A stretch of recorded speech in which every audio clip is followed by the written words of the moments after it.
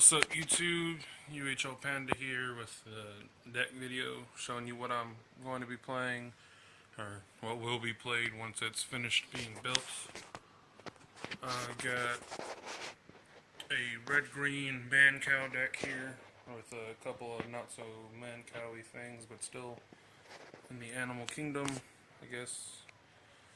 First off with the land, we've got 11 mountains, 7 swamps, 1 blood crypt, if you can see that without me blinding you, and 2 temples of malices, or temples of malice. We'll be eventually getting a playset of the dual color lands because those are needed, taken out of the swamps and mountains as needed. For our creatures, that's the main part of the deck. As you can see, there are only 4 spells and 1 legendary enchantment artifact. At the end, or at the beginning of the scale, we have Felhide Brawlers. They're 1 colorless, 1 black, 2/2 MANCOW or Minotaur. Can't block unless you have another Minotaur, which we will have another Minotaur. Also at the 2 cost slot are Deathblow Raiders. They are 2/3 Minotaur Berserkers with they have to attack each turn if able.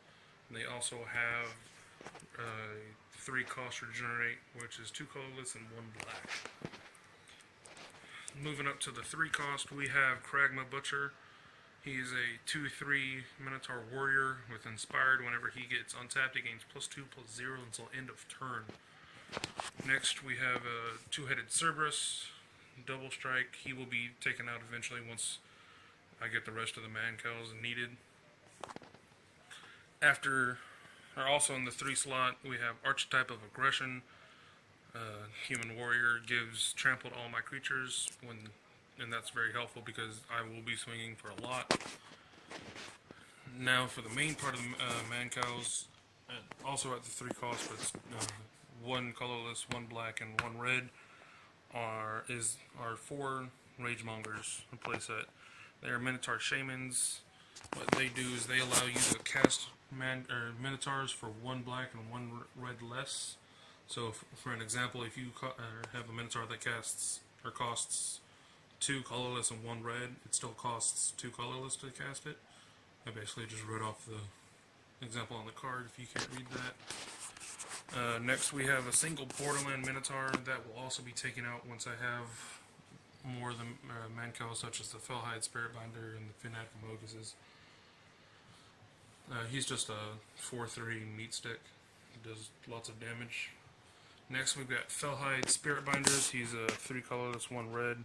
His Inspired is if you pay 2, 1 colorless, 1 red. You can put a token on the battlefield that's a copy of another creature, except it's an enchantment in addition to its other types. It gains haste. Exile it at the beginning of the next in-step. Also in the 3 cost, we have Fanatic of Mogus. Whenever he enters the battlefield, it deals damage to each opponent equal to your devotion to red, which is why I currently have 2-headed Cerberus and Borderland Minotaur in, because their devotion is quite high. After Fanatic of Mogus, we have Flame Wreathed Phoenix. I just got this on a draft a little while ago, and plus its help with devotion and its ability are quite good. It's got 2 devotion, and then it's a flying tribute 2. When a Flame Weathered Phoenix enters the battlefield, if the tribute wasn't paid, it gains haste, and also the ability, when this creature dies, return it to its owner's hand. So it is basically just a phoenix. It gets reborn. It's quite nice.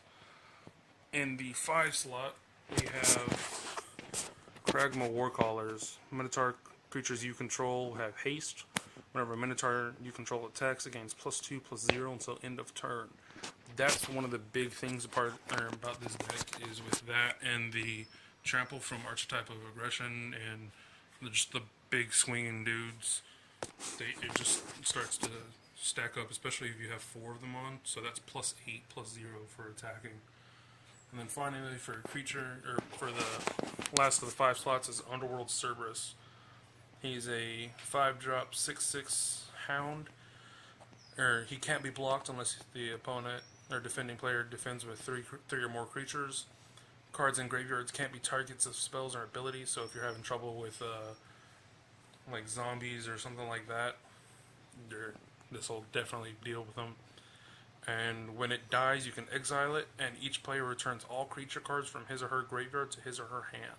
So that's very useful if you're playing against a control deck or a burn deck or something like that. Next in the spells, we have 2 Cutthroat Maneuvers. Those will also be eventually have a play set. It's a 4 cost, up to 2 target creatures get +1/+1 and gain lifelink. Next we have Dreadbore. We'll have a playset of those, destroy a target creature or planeswalker. And then Whip of Erebos. Creatures you control have lifelink, and for 4 and tapping Whip of Erebos, you can whip a creature back. That's the red mono deck, also known as MANCOWs. This has been UHLPANDA on your Friday Night Shenanigans channel. Thanks for watching.